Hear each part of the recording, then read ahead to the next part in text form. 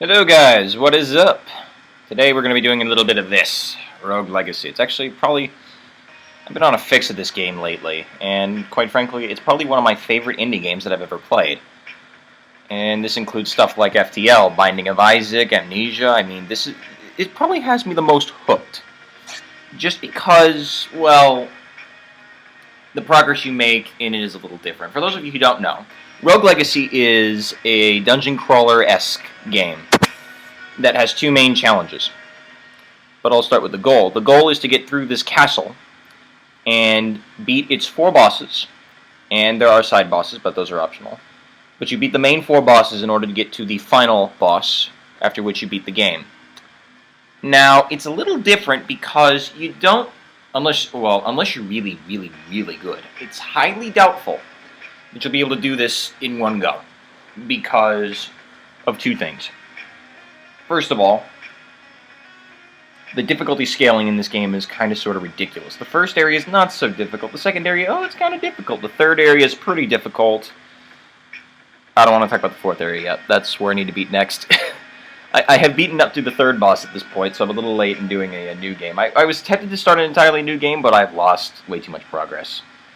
If I get some receptive feedback on this, perhaps I'll go ahead and start over from the beginning so I can show people.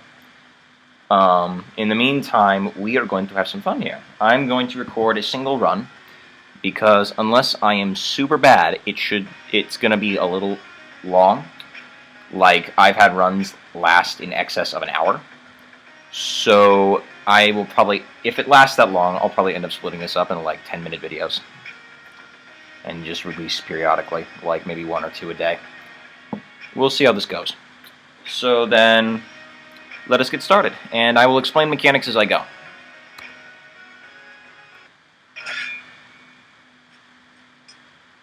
Oh, crap, that's right. Okay. Well, to start with here, I have a Shinobi Ninja. Actually, that's not technically correct. But you know what? Allow me to explain what's going on here first by going to the stat menu here. So if I just go escape here.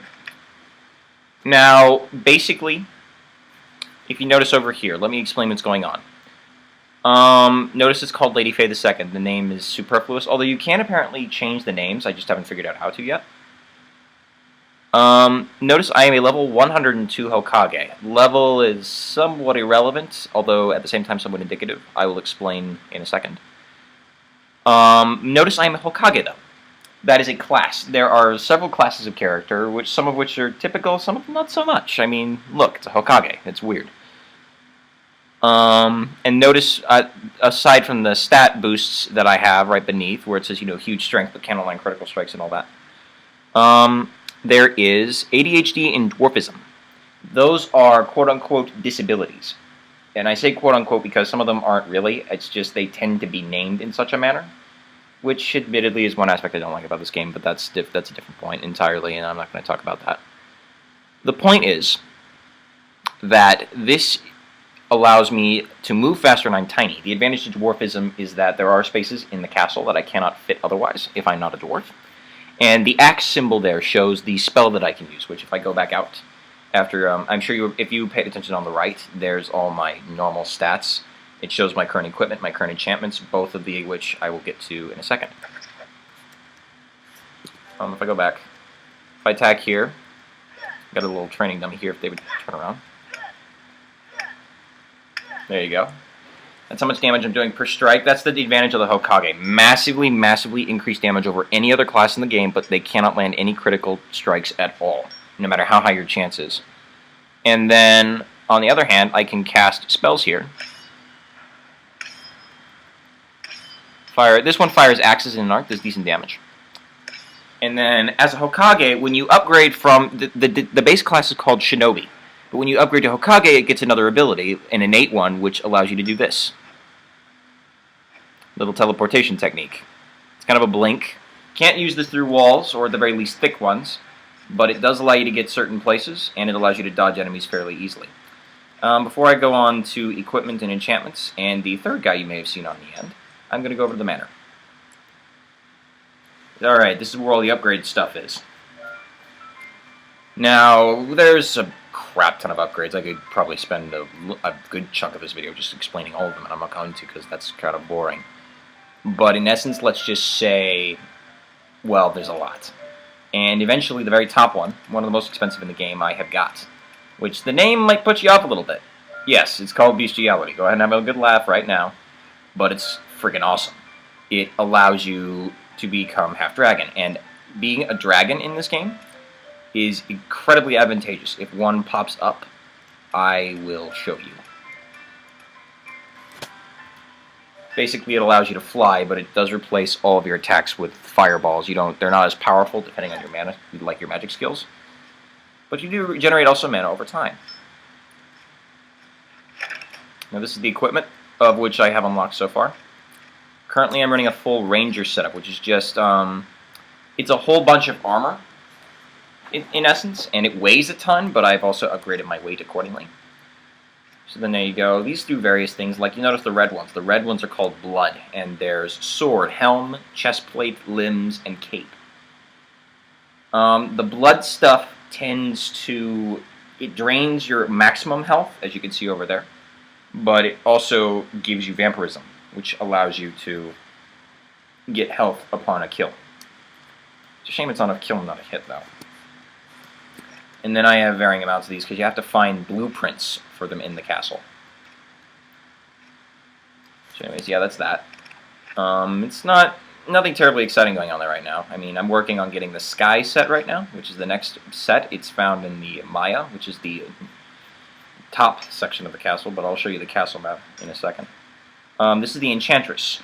Once you find runes also inside the castle, of which of these I do not have nearly as many because these go up in expense every single time you buy one. I've already bought quite a few, so like if I take a look over here, it's called a Curse Rune. It makes enemies harder, but it also gives you better gold and other things. And notice how it costs $26.25. That cost has been steadily going up every single time I buy a rune, because notice it's uniform no matter what it is.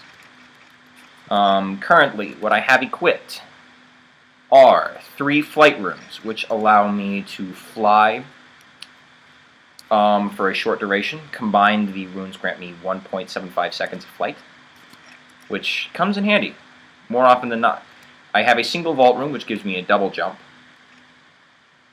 I have a vampirism rune up there, which gives me some health upon a kill, because it's always nice. There's another flight rune, and there's the other flight rune, yeah.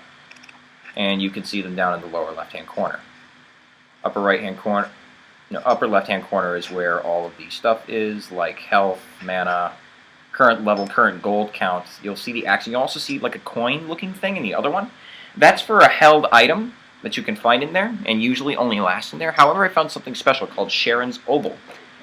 And it's a coin that, well, I'll explain its purpose in a second. You'll get to see it in action. This guy is very important because he's very risky. See that big bolt-looking thing in the back? He will nail down the previous castle's configuration because this castle changes every single time you go through it. It's completely randomized. However, he will lock down the castle's complete configuration, complete with enemies killed and chests opened, and also rooms discovered, in exchange for 60% of the gold that you earn in that run. It sounds like a big trade-off, but if you found an area that you couldn't really fully access with the character with your current abilities, but you could with the next, this guy can actually get you items very easily. Quite honestly, it has been a couple days since I played this game, so I don't remember what the previous castle setup is. I don't think I'm going to use him. And now we get to you. You. Sharon. This guy will let you back into the castle, but here's the kicker. At the very start of the game, he will take all money you have not currently spent. So you start in the castle with 0 gold again. You can upgrade up to 5 times, 10% each time off the amount of gold you take. So you can go back into the castle with up to half your gold. Right now I'm upgraded to 20%, so we won't take all of it. However, because of that little obol I have there, if I go ahead and talk to him, oh ho ho, so you have my obol. I will let you pass for free, but only this one time. See, it's a consumable. It's a very nice consumable I get, so now I don't have my coins taken from me. You know, fuck off. Go away. Thank you. Alright, and in we go! Give a second for the randomizer. And here we go. And then there's random breakables in the back. You break these as much as possible to get health, gold, mana, etc., etc. Now, notice this map right here. This is the main castle. The main castle is where you start. And then every square represents basically where you're supposed to go next. Then there's the forest. Then there's the tower. Then there's the dungeon. I have cleared, if you notice over here, 3 of the 4. However, you'll notice 2 are green, 1's blue. The 2 that are green, I completed their bonus bosses. This third, I did not. So, and then this 4th guy, well, yeah, haven't even seen him yet. Haven't attempted. So, now we go. This is a journal that keeps track of all the story events, and as you progress through the quote-unquote story, you find more and more of these.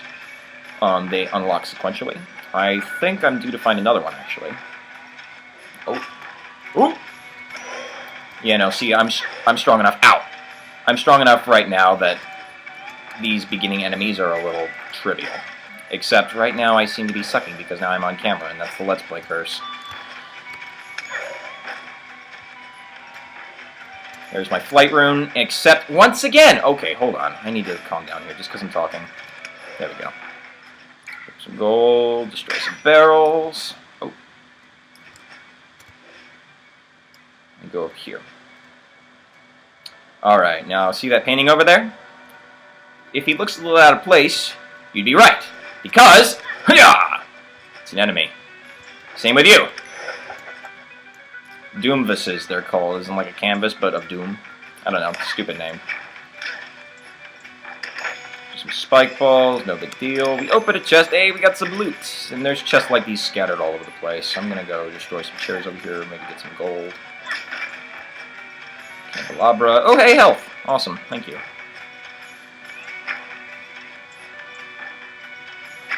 Now we go back over. And I'm going to fly through this dungeon.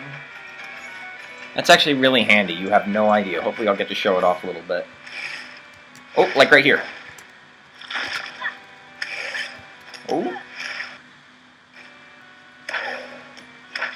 I see you painting. Come here. There we go. Zombie, will you stop? Just fight me. Thank you. There we go down. See, if you also notice, the vampirism's not helping us out too much. It's giving me 2 HP back per kill, which is nice. I mean, if I can go along... Ow! What? Okay, that was weird. If I can go a long stretch without taking damage, it can stack up. I have 213 maximum health, though, so I'm not particularly concerned about health at the moment. Got some mana points back there. I haven't used my axes yet. Oh, I totally passed under this guy. I did not even notice. Okay, that was... Wow, that's dwarfism at work. This guy's normal. Destroy the vases. Thank you. Oh, defeat all enemies. See that? That's a fairy chest. Now these chests give you really good stuff, but you have to complete their objectives, and they tend to be really difficult. Now the difficulty in here is just the sheer number of enemies. These guys I can all one-shot. If, you know... There we go.